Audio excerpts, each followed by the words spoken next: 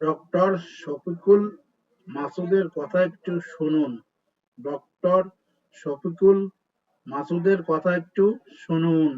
নামাজরত অবস্থায় যেই দল তার কর্মীকে হত্যা করে, সেই দল বাংলাদেশে নির্বাচন করে বিজয়ী দলের কথা রাজনীতি করার অধিকার থাকতে পারে না। বাংলাদেশের ৫৬,০০০ বর্গ মাইলে এবার আওয়াজ তুলতে হবে, জমিন যার। সব দেখেছি বারবার, ইসলাম এইবার।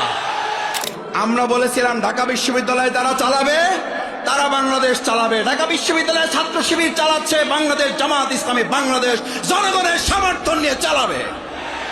দেশ স্বাধীনের ৫৪ বছরে এমপি বানিয়েছি বারবার, খাদেম সেবক বানাবো এইবার। সবাই মিলে ঘরে ঘরে আওয়াজ তুলে দাঁড়িপাল্লার বিজয় নিয়ে আসা পর্যন্ত রাজপথে, ময়দানে, প্রান্তরে ছুটে যাওয়ার জন্য রাজি আছি কারা? আমরা এবার সংসদে পাঠাবো আল ইসলাম, ইসলাম এবং ইসলাম।